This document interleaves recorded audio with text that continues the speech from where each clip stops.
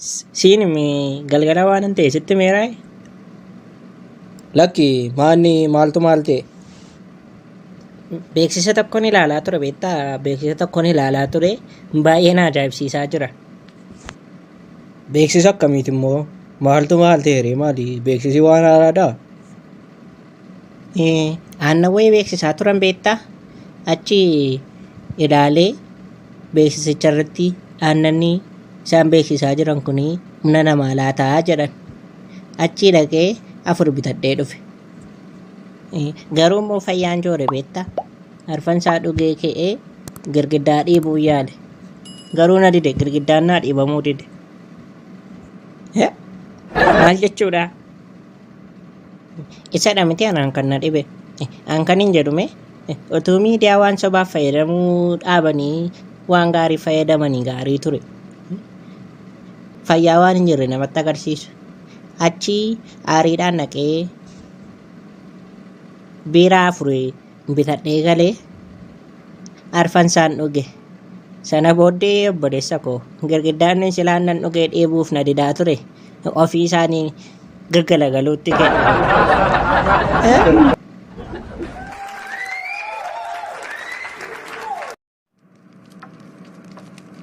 Akkamirree mo'atee ofii nagaadhamne mee dhaqee ni mucaa koo waamee dhufa walan isin barsiisaa rumallee.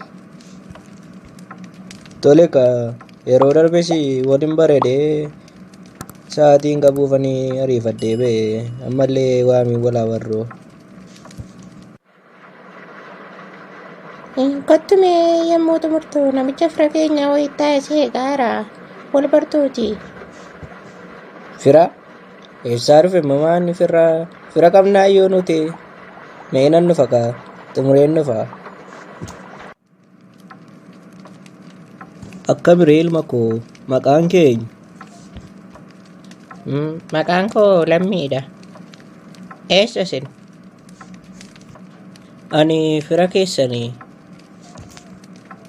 Firummaan keenya karaa kamii?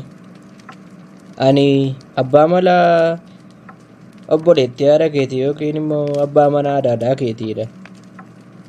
Meeqa barattaa mucaa koo? Ani barumsa xumureera. Toreera argan xumure.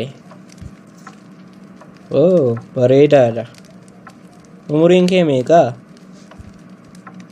Umuriin koo ji'a darbeenii 25 guute. Umuriin koo 25. Oo, 25 jettee?